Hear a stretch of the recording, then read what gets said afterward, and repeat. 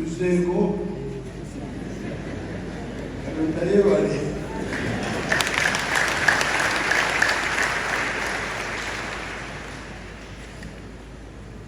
Amalirize muddamu ate omugama ono yeefuula omuntu mwebaze bulijjo okutwagala, bwanize bulijjo olw'okubeera nga bali abaagala okumwaniriza ne basigala nga batambula omuzikiriza. Tukirize tutyawe ekibi ekitangaala kyekyagira emitima gyaffe, tubeere bantu bajja,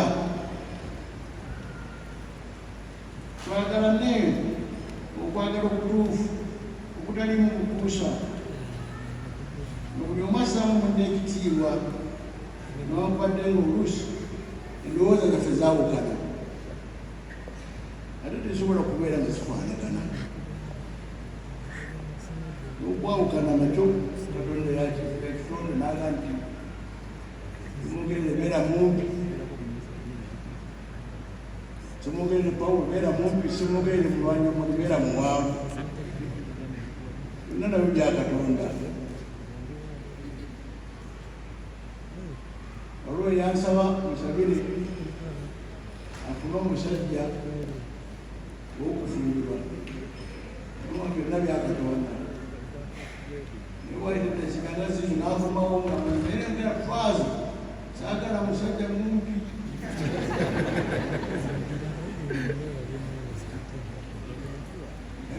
American height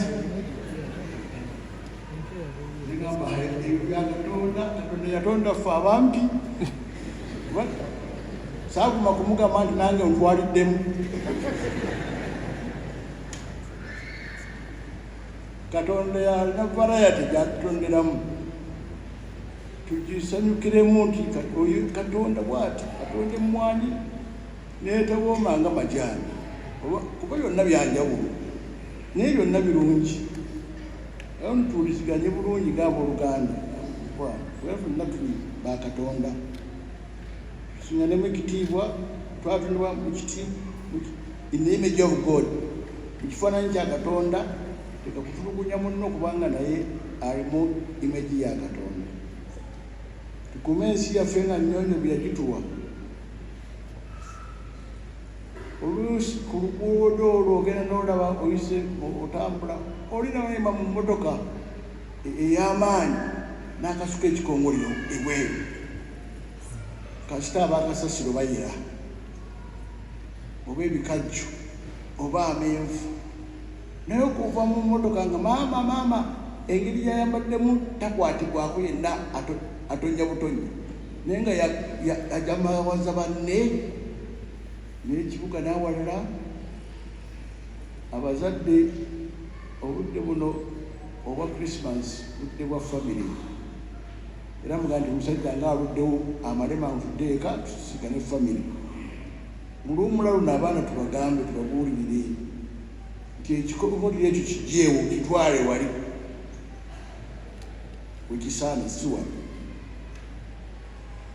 Naaba mu ngalo ebintu kitoveerete tuganda kunaaba mu ngalo kituufu, tugende oyoze engoye ezo ziddugala. Ekyo kitukuliramu mwana bw'obanga okirina nga kyava mu buto, tojja kufuna maanyi gakasuka bintu bwerubootibwooti bikuba balino. Tubeere n'omutima omuyonjo, tubeere bayonjo mu mubiri, tubeere bayonjo mu mwoyo. Omukama abeere nammwe.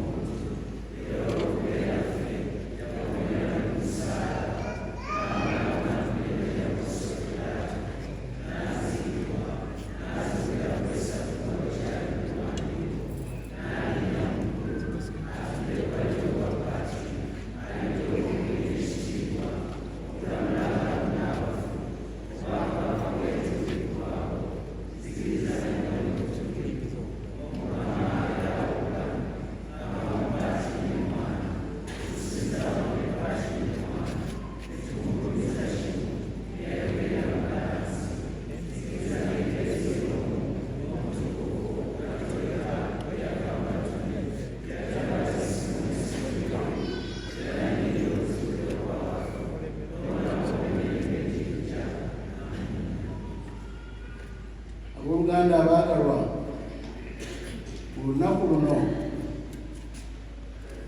ekisa kya Katonda mu mukozi waffe n'okwagala kwe kubirerekera tube Katonda kubeerera kwaffe si lwa kubanga tusaanidde wabula twesiga kisa kye kyokka. Tusabire kitaffe Paapa omutukuvu Omukama amuyambe obutima obw'okulangira ekigambo kya Katonda, Mwoyo Omutuukirivu amuyambe asobole okukituwa obulungi mu bantu ba Katonda. Tukikusaba Ayi Mukama. Tusabire abakulembeze b'amawanga Omukama abayambe basobole okukulembera abantu obulungi mu mazima n'obwenkanya. Tukikusaba Ayi Mukama. Tusabire bazadde baffe abalina ebizibu ebya buli ngeri Omukama abayambe basobole okubivuunuka obulungi ku lunaku luno olw'amazaalibwa ga Mukama waffe Yesu Kristo. Tukikusaba Ayi Mukama. Tusabire abakuumaddembe abalina obusungu obungi Omukama abayambe basobole okukakkanya obusungu ku lunaku luno olutukuvu olw'amazaalibwa ga Mukama waffe Yesu Kristo. Tukikusaba Ayi Mukama. Tusabire bakadde baffe Omukama be yayita okuva mu bulamu bw'ensi eno, naddala kitaffe Ssaabasumba Sipuliyano Kizito Lwanga ne Faatha Byansi Omukama gwe yayise. Omukama abawe ekiwummulo eky'emirembe. Tukikusaba Ayi Mukama.